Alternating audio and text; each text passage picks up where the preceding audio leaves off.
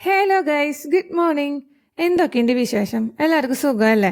ഇന്ന് നമുക്ക് ഒരു മട്ടൺ ബിരിയാണി ഉണ്ടാക്കിയാലോ? ഞാൻ ആദ്യമായിട്ടാണ് കേട്ടോ മട്ടൺ ബിരിയാണി ഉണ്ടാക്കണത്. അപ്പോൾ വായ നമുക്ക് ഉണ്ടാക്കാം. അതിനായിട്ടേ ആദ്യം ഒരു കുക്കറിലേക്ക് മട്ടൺ നന്നായി കഴുകിയിടാം. ഒരു കാര്യം, ഈ മട്ടൺ ബിരിയാണി ഉണ്ടാക്കണേക്കാളും കുറച്ച് മുന്നേ ബിരിയാണി അരി വെള്ളത്തിലിട്ട് വെക്കണം കുതിരാൻ വേണ്ടിയിട്ട്. പിന്നെ ഈ മട്ടണും നന്നായി കഴുകിയിട്ട് അതിലേക്ക് കുറച്ച് മഞ്ഞൾപ്പൊടിയും വിനാഗിരിയും ഉപ്പും ഇട്ട് വെക്കണം കേട്ടോ. അതെന്താണെന്ന് വെച്ചിട്ടുണ്ടെങ്കിലേ അതിന് ഭയങ്കര സ്മെല്ലുണ്ട്, ഒരു ജാതി സ്മെല്ലത്. അത് നമുക്ക് ഇഷ്ടപ്പെടില്ല. അപ്പോൾ അത് കുക്ക് ചെയ്യുമ്പോഴൊക്കെ ഉണ്ടാവും, അത് അങ്ങനെ ഇരിക്കും. അപ്പോൾ അതുകൊണ്ട് അത് മാറാൻ വേണ്ടിയിട്ട് അങ്ങനെ ഇട്ട് വെക്കാം. ബായ അപ്പം ഇനി തുടങ്ങാം അല്ലേ? അപ്പോൾ ഈ അങ്ങനെ മഞ്ഞൾപ്പൊടിയൊക്കെ ഇട്ട് വെച്ചില്ലേ, എന്നിട്ട് അതൊന്നും കൂടി കഴുകിയിട്ട് അത് കുക്കറിലേക്ക് ഇട്ട് വീണ്ടും കുറച്ച് മഞ്ഞൾപ്പൊടി, ഉപ്പ്, കുറച്ച് വിനാഗിരി, കുറച്ച് പിന്നെ വെള്ളം ഒഴിച്ചിട്ട് വേവിക്കാൻ വെക്കാം. അത് വേവിക്കുന്ന സമയം കൊണ്ട് നമുക്ക് അരി സെറ്റാക്കാം. ഒരു പാത്രത്തിൽ ഞാൻ കുറച്ച് വെള്ളം തിളപ്പിക്കാൻ വെച്ചിട്ടുണ്ടായിരുന്നു കേട്ടോ. ഞാൻ വറ്റിച്ചെടുക്കണില്ല, അത് എപ്പോഴും അങ്ങനെ എനിക്ക് സെറ്റായി കിട്ടില്ലെങ്കിലോ. അപ്പോൾ പിന്നെ എന്താ പറയുക, നമ്മൾ വറ്റിച്ചെടുക്കാൻ നോക്കിയിരുന്നിട്ട് ചിലപ്പോൾ പായസമായിട്ട് തിന്നേണ്ടി വരും. അപ്പോൾ പിന്നെ ഞാൻ ഊറ്റിയെടുക്കാൻ വേണ്ടിയിട്ടുള്ള പരുവത്തിലാണ് ആക്കാറ്. അപ്പോൾ അതേ കുറച്ചധികം വെള്ളം ഇരുന്നോട്ടെ. അതിലേക്ക് ബേ ലീഫ്, നമ്മുടെ പട്ട, ഏലക്ക, സ്റ്റാർ, ആ സംഭവങ്ങളെല്ലാം കൂടി അതിലേക്ക് ഇടുക. കുറച്ച് 1-2 വീതിട്ടാൽ മതി കേട്ടോ. പിന്നെ അതേ കുറച്ച് സബോള ഇടുക, ഡ്രൈഡ് സബോള കിട്ടും നമുക്ക്. അതില്ലെങ്കിൽ മറ്റേ നമ്മൾ കട്ട് ചെയ്ത് വെച്ചത് സബോള ആയാലും മതി, നോർമൽ. അതും പിന്നെ അതിലോട്ട് കുറച്ച് നാരങ്ങാനീരും കുറച്ച് നെയ്യും ഒഴിച്ചിട്ട് നന്നായി തിളപ്പിക്കാൻ വെക്കണേ. അങ്ങനെ നന്നായി തിളച്ച് വരുമ്പോൾ അതിലേക്ക് നമ്മുടെ കഴുകി ഊറ്റി വെച്ചാണ് അരി അതിലേക്ക് ഇടണം. അതൊന്ന് കുറച്ച് പകുതി വേവായാൽ മതി കേട്ടോ. കാരണം ഫുൾ വേവായി കഴിഞ്ഞിട്ടുണ്ടെങ്കിൽ ഇതൊന്നും വിചാരിച്ച പോലെ നടക്കില്ല. അപ്പോൾ പകുതി വേവാകുമ്പോൾ അതെടുത്തിട്ട് ഊറ്റി വേറൊരു പാത്രത്തിൽ ഊറ്റി വയ്ക്കാം. പിന്നെ നമ്മുടെ മട്ടൻ്റെ ഗ്രേവി ഉണ്ടാക്കാം. അങ്ങനെ ഒരു പാൻ അടുപ്പത്ത് വയ്ക്കുക. അതിലേക്ക് നെയ്യിലാണ് ഇത് ഒരുവിധം എല്ലാം ചെയ്യുന്നത്. നെയ്യ് ഇടുക. ആ നെയ്യിലേക്ക് അണ്ടിപ്പരിപ്പ് ആദ്യം ഒന്നിടുക, എന്നിട്ട് പിന്നെ മുന്തിരി ഇടുക. അതൊന്ന് ഗോൾഡൻ കളറായി വരുമ്പോഴത്തേന് അത് മാറ്റി വേറെ പാത്രത്തിലേക്ക് ഇടാം കേട്ടോ. എന്നിട്ട് ആ നെയ്യിൽ തന്നെ നമ്മൾ ബിരിയാണിയിൽ യൂസ് ചെയ്ത മസാലകളില്ലേ, അതായത് പട്ട, ഏലക്ക, ഈ സംഭവങ്ങളൊക്കെ അതിലിടാം. എന്നിട്ട് നന്നായിട്ട് ഒന്ന് വഴറ്റുക. എന്നിട്ട് കുറച്ച് നേരം വഴറ്റാൻ മതി കേട്ടോ, ഒരു ഇച്ചിരി.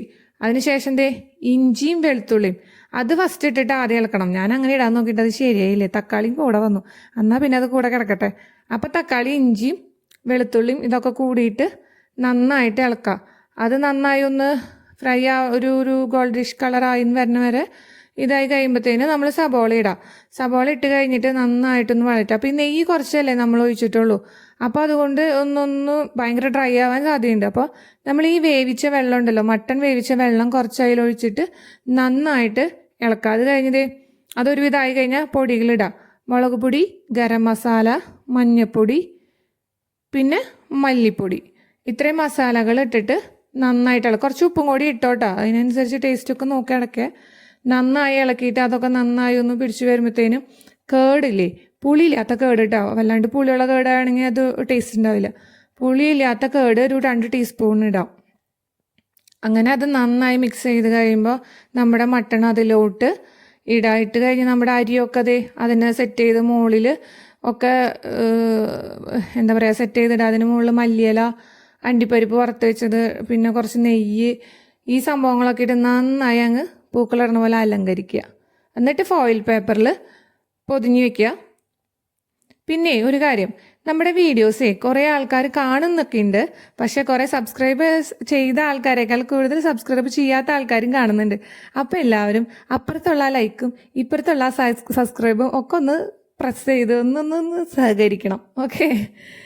അപ്പോൾ നമ്മളിതേ പൂക്കളൊക്കെ ഇട്ട് കഴിഞ്ഞു. അണ്ടിപ്പരിപ്പ്, മുന്തിരി, പൈനാപ്പിള്, മല്ലിയില ഇതൊക്കെ ഇട്ട് സെറ്റാക്കി അടിപൊളിയായിട്ട് വെച്ചു. എന്നിട്ട് അതിൻ്റെ മുകളിലേക്ക് ഫോയിൽ പേപ്പർ നല്ലപോലെ ചുറ്റി നല്ല സെറ്റാക്കുക. അത് ഞാൻ ചുറ്റിയാൽ വരില്ലാത്തത് കൊണ്ട് ചേട്ടൻ ചുറ്റി തന്നു. അത് കഴിഞ്ഞ് നമ്മളത് തുറക്കാൻ പോവാണ് നമ്മുടെ മട്ടൺ ബിരിയാണി. അങ്ങനെ സംഭവം അടിപൊളിയാണ് കേട്ടോ കാണാൻ. ഇനി കഴിച്ചു നോക്കിയിട്ടുള്ള കാര്യം ഞാൻ പറയാം.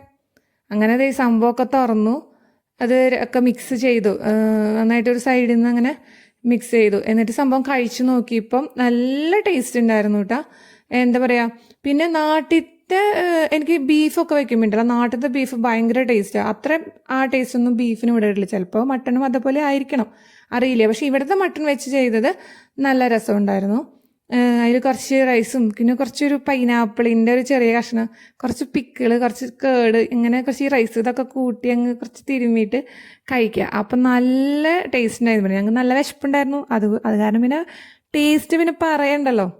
അങ്ങനെ സംഭവം എന്തായാലും അടിപൊളിയായിരുന്നു കേട്ടോ. അപ്പോൾ എല്ലാവരും ഈ റെസിപ്പി അല്ലെങ്കിൽ ഏതെങ്കിലും റെസിപ്പി മട്ടൻ ബിരിയാണി ട്രൈ ചെയ്യണം കേട്ടോ. അപ്പോൾ okay, bye bye, take care.